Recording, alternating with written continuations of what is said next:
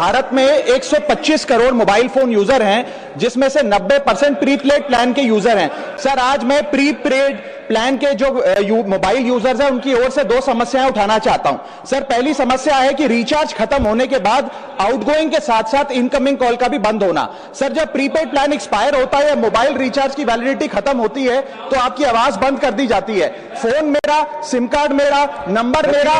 तो sir, recharge खत्म होने के बाद आउटगोइंग कॉल बंद होना समझ आता है, लेकिन इनकमिंग कॉल बंद होना सरासर मनमानी है।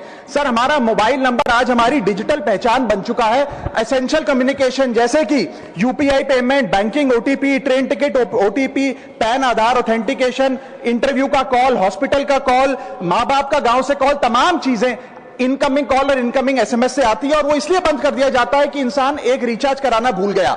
सर, इनकमिंग कॉल बंद करना is not stopping of a service, ये हमारे राइट टू कम्युनिकेशन को स्टॉप करने जैसा है। सर, जैसे आपका आधार कार्ड इसलिए एक्सपायर नहीं हो जाता कि आपने डिटेल अपडेट नहीं करी, या आपका बैंक का खाता इसलिए बंद नहीं हो जाता कि आपने मंथली डिपॉजिट जमा नहीं किया, या आपका वोटर आईडी इसलिए सस्पेंड नहीं हो जाता कि आप एक चुनाव में वोट डालना भूल गए, ठीक उसी तरह आपका मोबाइल नंबर इसलिए सस्पेंड और डीएक्टिवेट नहीं होना चाहिए कि आप एक रिचार्ज भूल गए। सर, मैं सदन में फ्री आउटगोइंग की मांग नहीं कर रहा, फ्री डेटा की मांग नहीं कर रहा, लेकिन इनकमिंग कॉल फैसिलिटी की गारंटी होनी चाहिए। मेरी 3 स्पेसिफिक मांग है। पहली, प्रीपेड मोबाइल कनेक्शन में इनकमिंग कॉल और इनकमिंग एसएमएस कम से कम 1 साल तक कंटिन्यू रहे, चलता रहे from the date of the last recharge, ताकि एसेंशियल कम्युनिकेशन चलती रहे।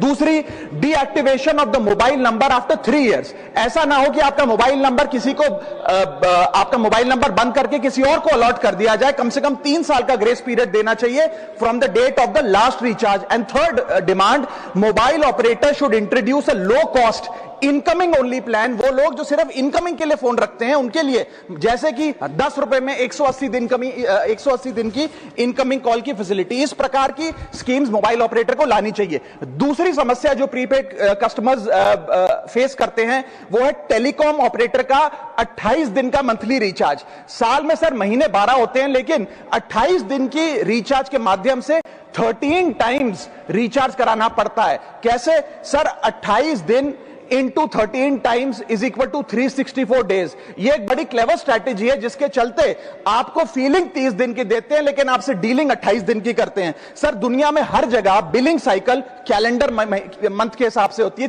30 या 31 दिन।